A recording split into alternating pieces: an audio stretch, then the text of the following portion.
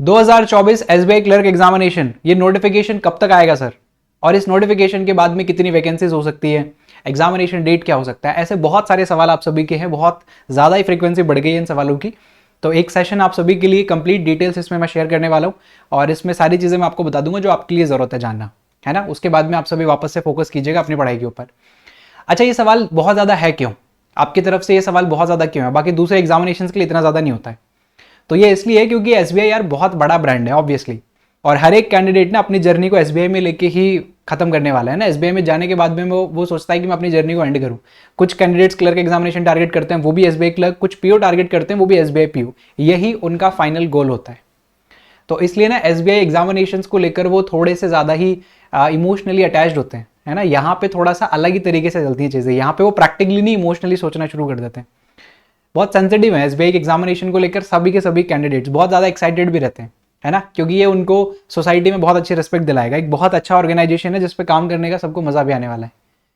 ये बहुत सारी चीज़ें हैं जो कि आपको इंस्पायर करती हैं, जो कि आपको पुश करती हैं इस एग्जामिनेशन की तैयारी के लिए।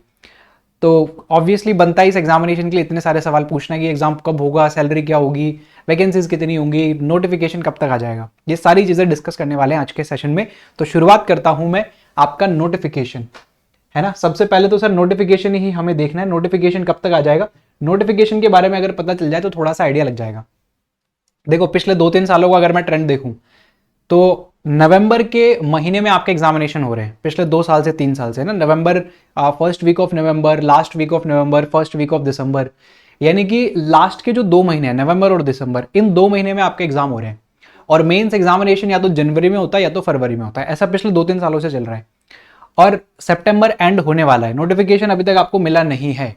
तो हाई चांसेस ये हैं कि अब आपका notification first week of October में या मिड अक्टूबर तक आपको देखने को मिले, और उसके लगभग 50-60 डेज के बाद में आपका एग्जाम हो जाए। तो मिड दिसंबर में भी आपका एग्जाम हो सकता है, प्रीलिम्स एग्जामिनेशन। तो 15 अक्टूबर तक का भी वेट आपको करना पड़ सकता है। ये नोटिफिकेशन आएगा जरूर और बहुत अच्छी खासी वैकेंसीज के साथ में आने वाला है। 60 डेज लगभग आपको समय मिलेगा नोटिफिकेशन और आपके प्री एग्जामिनेशन से पहले, और प्री एग्जाम हो जाएगा उसके लगभग 1 महीने बाद में आपका मेंस का पेपर हो जाएगा। तो जनवरी में एक्सपेक्टेड है कि मेंस का पेपर होने वाला है, और दिसंबर के महीने में अभी मुझे लगता है कि आपका प्रीलिम्स एग्जामिनेशन हो सकता है। तो नवंबर का पूरा महीना आपको मिलेगा, शायद अक्टूबर के 15 दिन आपको मिलेंगे और दिसंबर के 15 दिन आपको मिलेंगे। तो मिड दिसंबर में आपको एग्जाम होता हुआ नजर आ सकता है ये इस साल। थोड़ा सा और वेट करना पड़ सकता है, 10 दिन शायद 15 दिन नोटिफिकेशन के लिए, लेकिन इस नोटिफिकेशन के बहुत नजदीक हैं हम लोग अभी। और ये नोटिफिकेशन अगर एग्जामिनेशन होना है तो अभी आने वाला है ना, बहुत क्लोज आ गए हैं। तो नोटिफिकेशन आने वाला है, ये बात पक्की है। अगले 20 दिनों के अंदर अंदर नोटिफिकेशन जो है वो देखने को मिल जाना चाहिए। दिसंबर के महीने में आपका प्रीलिम्स और फिर जनवरी में आपका मेंस एग्जामिनेशन हो जाना चाहिए। तो इस तरीके से आई थिंक पिछले 3-4 सालों से जैसा चल रहा है वैसा ही इस बार भी होने वाला है। और हर एक एग्जामिनेशन ने अपना पैटर्न पकड़ लिया है ना। आरआरबीज ने अपना पैटर्न पकड़ लिया है, आईबीपीएस पीओ ने अपना पैटर्न पकड़ लिया है, एसबीआई पीओ ने अपना पैटर्न पकड़ लिया है, एसबीआई क्लर्क ने भी अपना पैटर्न पकड़ लिया है। फिक्स डेट तो नहीं है, लेकिन इसी पैटर्न के अकॉर्डिंग आपका एग्जाम नवंबर या दिसंबर के महीने में हो जाएगा। तो ये तो बात होगी सर नोटिफिकेशन की। रेडी हो या नहीं हो आप, इसके ऊपर क्वेश्चन करना खुद को, है ना, कि अगर नोटिफिकेशन आज आ जाता है 60 दिन के बाद में पेपर है तो मैं अभी रेडी हूं कि नहीं हूं, है ना। ये सवाल आप खुद से पूछ लेना। तो जैसे आप खुद से सवाल पूछोगे ना तो आपके अंदर से एक आवाज आएगी कि हाँ भी मैं रेडी हूं या नहीं हूं। तो अगर मैं रेडी हूं तो मुझे और थोड़ा सा एक्स्ट्रा पुश करने की जरूरत है, और अगर मैं रेडी नहीं हूं तब तो मुझे जान लगानी पड़ेगी सर इस एग्जाम को निकालने के लिए। तो ये आप डिसाइड करोगे खुद से सवाल पूछने के बाद में। Got it. अब आ जाते हैं नेक्स्ट चीज के ऊपर, सिलेक्शन प्रोसेस क्या रहता है, क्योंकि बहुत सारे नए कैंडिडेट्स भी हैं जो कि बहुत ज्यादा इंस्पायर्ड होते हैं इस बेस एग्जामिनेशन से। तो सिलेक्शन प्रोसेस क्या होता है और सैलरी कितनी मिलती है आपको इसमें, ये दोनों चीजें मैं आपको और बता देता हूं। देखो सिलेक्शन प्रोसेस बहुत सिंपल है, बहुत ही सिंपल है सिलेक्शन प्रोसेस। आपको प्रीलिम्स एग्जामिनेशन देना है, आपको मेंस एग्जामिनेशन देना है, एंड आप सेलेक्ट हो गए। उसके बाद में कुछ नहीं है, इंटरव्यू वगैरह इसमें नहीं होता है। तो आपको सिर्फ और सिर्फ क्या करना है, आपको प्रीलिम्स एग्जामिनेशन देना है और उसके साथ में आपको मेंस एग्जामिनेशन देना है। इसका स्क्रीनशॉट लगा लो अगर आपके पास में एग्जामिनेशन का पैटर्न नहीं है तो। ये आपका एग्जाम होगा जिसमें न्यूमेरिकल एबिलिटी होगा, रीजनिंग होगा और इंग्लिश लैंग्वेज होगा। नंबर ऑफ क्वेश्चन 30 क्वेश्चन होंगे। मैक्सिमम मार्क्स आपके 30 होंगे। जितने नंबर ऑफ क्वेश्चन है उतने ही आपके मैक्सिमम मार्क्स भी हैं, यानी कि एक सवाल 1 नंबर का होगा। 20-20 मिनट में आपको यहां पर ना सारा का सारा खेल है। अब देखो बैंक एग्जामिनेशन जो है ना वो 20 मिनट्स पे जा चुके हैं, ये बात आपको समझनी पड़ेगी। बैंक एग्जामिनेशन सबके सब 20 मिनट्स पे जा चुके हैं, चाहे पीओ का पेपर हो, चाहे क्लर्क का पेपर हो, चाहे कोई भी पेपर हो। 20 मिनट में आपको टैकल करना है सारे के सारे 35 क्वेश्चंस। 20 मिनट में अपना बेस्ट देना है, यानी कि ये जो 20 मिनट है, ये जो टाइमिंग है, ये टाइमिंग आपको बताता है कि आपकी स्पीड बहुत अच्छी होनी चाहिए। अगर आपकी स्पीड कम है तो फिर थोड़ा सा मुश्किल होने वाला है। और स्पीड कैसे बेटर होगी? आपकी अप्रोच से बेटर होगी। आप जितना बड़ी अप्रोच करोगे ना हर एक टॉपिक में, उतना ही जल्दी और क्विकली क्वेश्चंस को बनाओगे।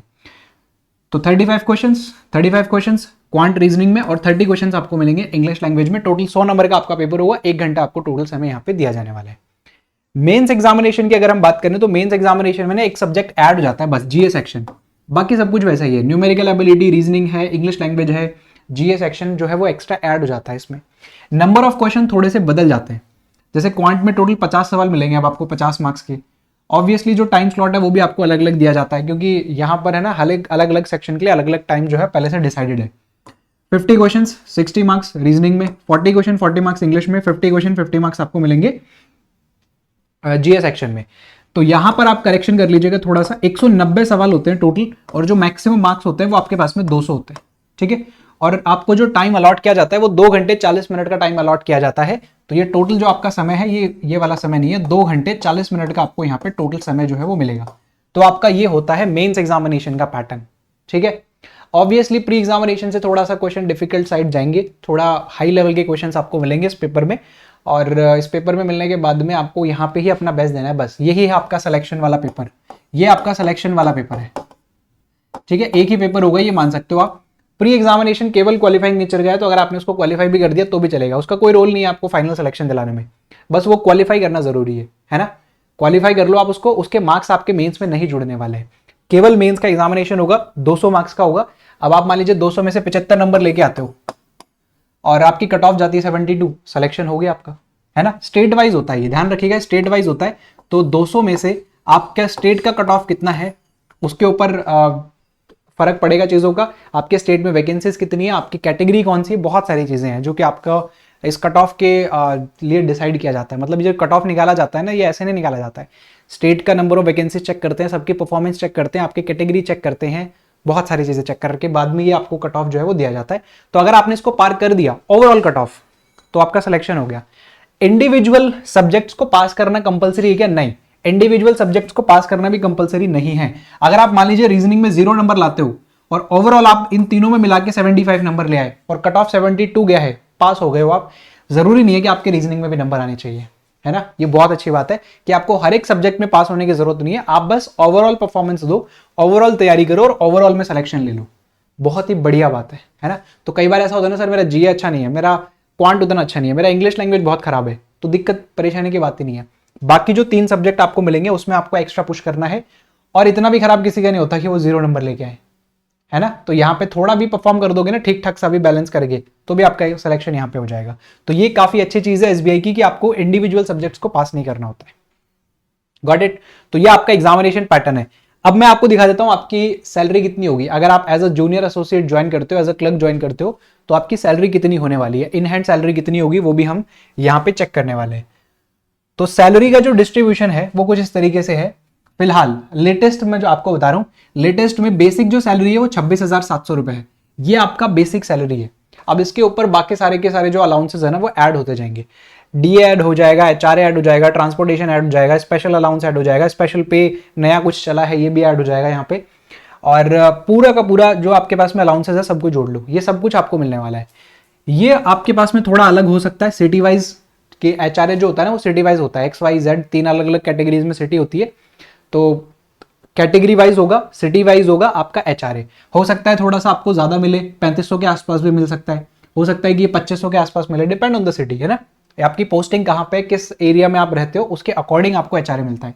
ट्रांसपोर्टेशन ये थोड़ा सा चेंज हो जाता है, कई बार बैंक टू बैंक वेरी कर जाता है, ब्रांच टू ब्रांच, अलग अलग ब्रांचेस में थोड़ा थोड़ा अलग भी आपको देखने को मिल सकता है। तो यहाँ पे कुछ ऐसी चीजें भी हैं, कुछ अलाउंसेस ऐसे भी हैं जो कई बार ब्रांच टू ब्रांच भी वेरी कर जाते हैं, थोड़े बहुत, बहुत ज्यादा नहीं, मतलब 500 रुपए 1000 रुपए का फर्क आपको मिल सकता है बस। टोटल आपकी जो सैलरी बनती है वो बनती है 44,550 रुपए, यानी कि आप लगभग कह सकते हो 45,000 के आसपास आपकी इन हैंड सैलरी नहीं बनती है, 45,000 के आसपास आपकी टोटल सैलरी बनती है। अब ये टोटल सैलरी है आपकी पहली बार में ही, प्रोबेशन टाइम आपने खत्म कर दिया, आपकी सैलरी हो जाएगी 45,000। बढ़िया सैलरी है यार, क्लर्क एग्जामिनेशन में आपको अगर 45,000 मिल रहा है शुरुआत में, तो कितनी अच्छी सैलरी है। लेकिन इसमें कुछ डिडक्शन भी होंगे आपके पीएफ अकाउंट के लिए, आपके पेंशन स्कीम के लिए, बहुत सारे जो डिडक्शंस होते हैं ना वो होते हैं। तो वो डिडक्शंस जो है वो ओवरऑल डिडक्शन आपके लगभग आप ये मान लो आपकी सैलरी का 10% जो है वो काटा जाता है। तो सैलरी का अप्रॉक्सीमेटली 90% आपको मिलेगा। तो लगभग 4,500 रुपए से लेकर 4600 रुपए के आसपास इसमें डिडक्शन होगा। तो 40,000 रुपए के आसपास आपको इन हैंड सैलरी मिलेगी जिसको आप घर ले जा सकते हो। तो 40,000 एज अ क्लर्क अगर आप स्टार्ट करते हो तो बहुत अच्छा पे स्केल है, बहुत अच्छी सैलरी आपको यहाँ पे मिल रही है। इसके बाद में आप कुछ और भी चीजें प्लान कर सकते हो अपनी लाइफ के लिए, है ना। इसमें टाइम बहुत मिलता है। अच्छी बात यह है कि आपको ना ड्यूटी बहुत लंबी नहीं है, आपकी 5 से 6 बजे आप फ्री हो जाते हो अगर आप क्लर्क हो तो। पीओ को तो फिर भी बैठना पड़ता था थोड़े बहुत देर तक, 8 बजे तक, 7:30 8 बजे तक, लेकिन जो क्लर्क है वो 6 बजे निकल सकते हैं अपने घर के लिए। बहुत टारगेट नहीं होता, बहुत ज्यादा वर्कलोड नहीं होता है, तो वो अपनी लाइफ को बैलेंस कर सकते हैं यहाँ से बहुत अच्छे से। तो अगर आपको इन फ्यूचर कुछ और भी प्लान करना है ना, कोई बड़ा एग्जामिनेशन प्लान भी करना है, तो भी आप उस एग्जामिनेशन की तैयारी बहुत ही अच्छे से कर सकते हो। Got it. तो सारी चीजें मैंने आपको बता दी है। आई थिंक आप सभी के डाउट्स क्लियर हो गए होंगे। मुझे पता है एक्साइटेड हो, बताना कमेंट सेक्शन में कितने ज्यादा एक्साइटेड हो एसबीआई क्लर्क एग्जामिनेशन के लिए। लाइक और शेयर जरूर कर देना इस सेशन को। नए हो तो चैनल को सब्सक्राइब कर देना। प्लेलिस्ट चेक कर देना, लास्ट ईयर जो एसबीआई क्लर्क एग्जामिनेशन हुआ था उसके लिए बहुत सारी क्लासेस मैंने करवाई थी, है ना। तो वहां पे आप देख लेना। इसके साथ में एसबीआई क्लर्क का एक मेरा बैच भी आने वाला है। वो जो बैच होगा वो टेक्स्ट बुक के ऊपर आएगा, तो उसके बारे में मैं आपको अलग से जानकारी बता दूंगा। उसके बारे में मैं आपको अलग से जानकारी दूंगा कि वो बैच हम किस तरीके से चलने वाले हैं, लेके चलने वाले हैं। सारे सब्जेक्ट, सारे के सारे टीचर्स, टेक्स्ट बुक की पूरी टीम आपके लिए यहाँ पे काम करने वाली है। ठीक है, चलिए। तो फिलहाल के लिए सिर्फ इतना ही। आई थिंक आप सभी के डाउट्स क्लियर हो गए होंगे। कोई और मन में डाउट है तो आप पूछ सकते हो कमेंट सेक्शन में। बाकी हम मिलेंगे नेक्स्ट सेशन में। चैनल को सब्सक्राइब जरूर कीजिएगा, बेल आइकन जरूर प्रेस कीजिएगा, नहीं तो आपको नोटिफिकेशंस नहीं मिलते। मिलेंगे नेक्स्ट सेशन में। Thank you.